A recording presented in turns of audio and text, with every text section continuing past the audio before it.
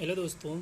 आज हम दक्षिण भारत के राज्य पढ़ेंगे, अर्थात इसके भौगोलिक एवं राजनीतिक दृश्य से इसके समय और काल को एक सही ढंग से व्यवस्थित करते हुए हम इसके बारे में डिस्क्राइब करेंगे। दोस्तों, दक्षिण भारत जिस समय दिल्ली सल्तनत में अलाउद्दीन ही एक दिल्ली सल्तनत का ऐसा शासक था जो दक्षिण भारत में बहुत बार आक्रमण किया था और दक्षिण भारत उसके प्रभाव में था। इसके बाद मोहम्मद बिन तुगलक भी बहुत ही आक्रमण किए, लगभग 27-28 आक्रमण दक्षिण भारत में किए।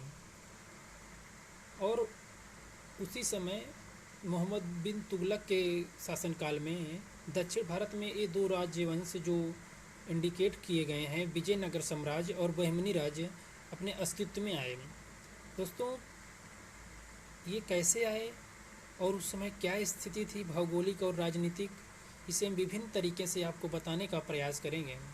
पहले हम इसके थोड़ा बेसिक स्ट्रक्चर को समझ लेते हैं कि इसके क्या स्थिति एवं लोकेशन है।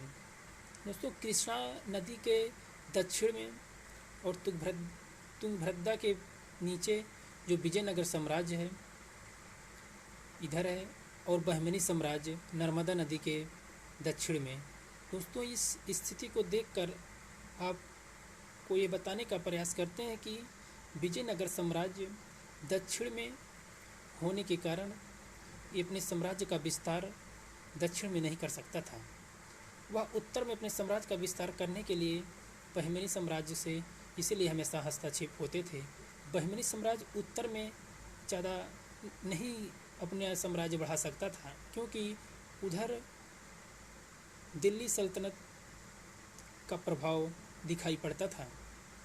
इसीलिए आइए पहले समझते हैं विजयनगर साम्राज्य। इसकी स्थापना 1336 ईस्वी में संस्थापक हरिहर एवं बुक्का थे। दोस्तों, जैसे कि बताते हैं कि मोहम्मद बिन तुगलक ने कर्नाटक से हरिहर और बुक्का दो भाई को, मतलब जब वो दक्षिण भारत में आक्रमण किए थे तो यहाँ से उठा ले गए थे और उन्हें इस्लाम धर्म में परिवर्तित करके अपने साम्राज्य में व्यवस्थित कर लिए थे। लेकिन जब दक्षिण भारत में विद्रोह हुआ तो मोहम्मद बिन तुगलक ने ही हरिहर एवं बुक्का को अपने सेनाओं के साथ उसका दमन करने के लिए भेजे। हरिहर और बुक्का दक्षिण भारत में आए और उस विद्रोहों का दमन करके एक संत थे, उनसे प्रभावित होकर के वे हिंदू धर्म को अपना लिया और वह एक हिंदू धर्म जो लोकेशन में देख सकते हैं विजयनगर साम्राज्य की स्थापना की।